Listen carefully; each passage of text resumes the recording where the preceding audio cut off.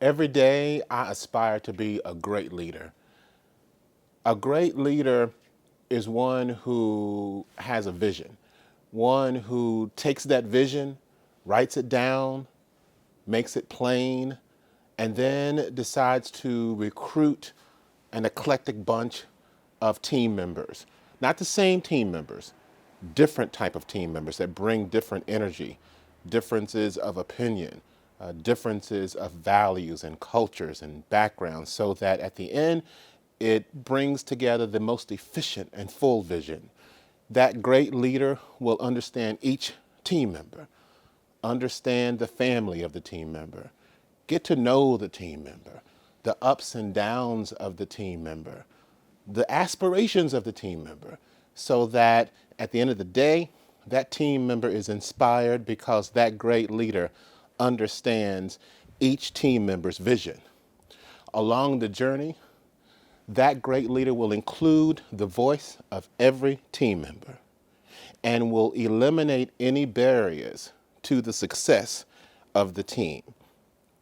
At the end of the day, the vision is full, the vision is plain, and the vision is implemented because of that great leader. Now notice, I have not mentioned the word diversity because it's instilled in the mission of the great leader. That's why every day I aspire to be a great leader. Hi, my name is Alexander Higgins. I'm a current MBA and MSIS student here at Robert H. Smith School of Business. Today I want to talk to you about social injustice conversations within the workplace. Studies have shown that 47% of Black professionals feel uncomfortable talking about social injustice in the workplace due to potential repercussions or being siloed within the organization. In my personal experience, when there is a shooting of an unarmed Black person that has ravaged the media and is all over social media as well, it seems to go unnoticed or untalked about within the workplace.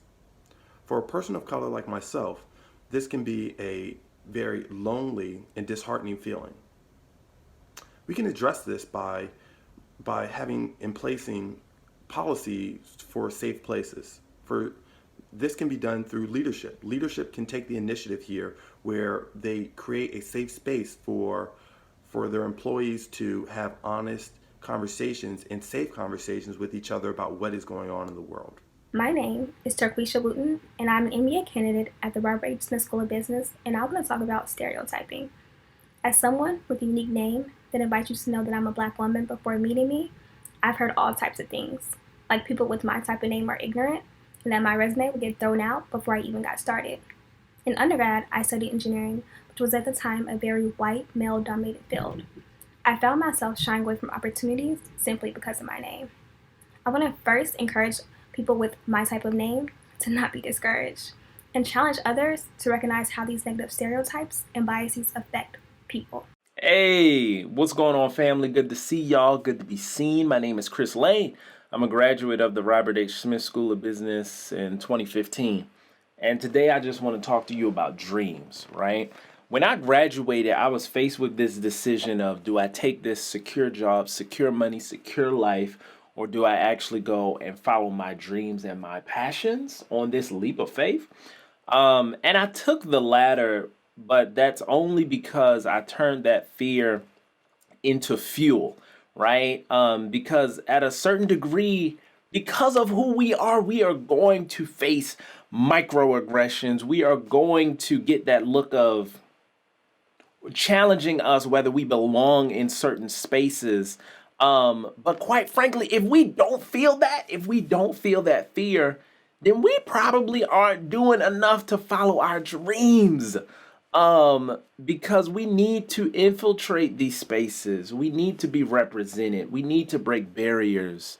So I'm just here to tell you that you, and I'm also speaking to myself, have the power to turn those fears into fuel and to turn that tension and resistance into action. So that's it. My name is Chris Lane. I'm the president of Multiband Studios, and I love y'all. Peace.